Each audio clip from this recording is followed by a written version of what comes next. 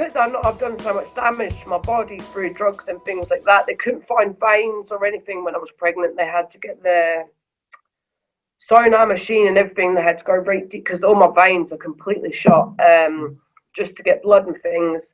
So I knew how much damage I'd done to my body. So to basically keep me active and my mind active and me and my son doing things, and it's helped because of this lockdown. I jog now, so preparing to go for a jog just seems like a little thing, but when you've got a nearly 2-year-old son, it takes a good few hours because you have to make sure he's all right, he's fed and things like that, because I'll go and jog for about an hour at a time, and it takes a few hours a day just to get ready to go for the jog. So when I say I go and jog, people think, oh, it's just a sort of half an hour thing. To me, it takes a good few hours to prepare to go for the jog in the first place. So it keeps my sort of day busy and running about to my son.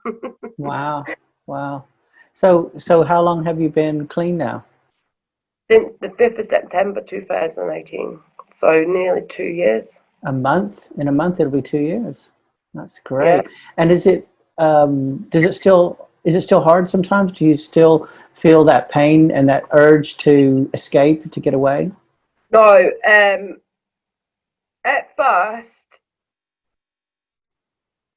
like the first few months, when I would get stressed, and there was a lot of stress because I just had my baby taken off me again and things like that, the heroin wasn't so bad at the end. That just becomes sort of the normal thing. That's all. It was like basically treatment. Like you needed that just to feel normal.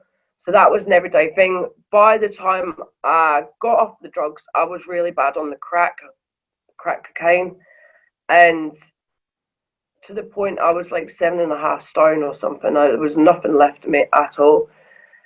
Even a bit of wind blew me one day, and I could feel myself gonna topple because I had no food for weeks and weeks. It was just crack cocaine constantly. There was nothing left of me. I was so malnourished. And when I would get stressed, I would want that pipe, and that would be my go-to. And in my head, it was like having to sort of get that out of my head and not want that. I wasn't wanting the buzz or the feeling or anything.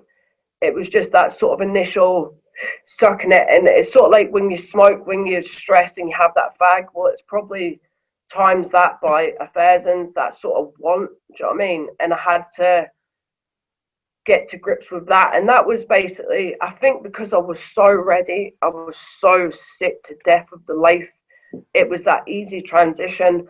And with me already losing my kids, it was that drive of, there was no failure.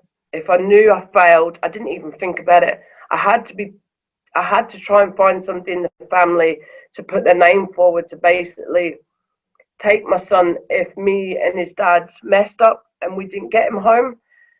And I wouldn't even let myself think of somebody at first because it was like, he's not going to anybody else. Even though I knew there was a big realization that he could be taken and put up for adoption or given to a family member.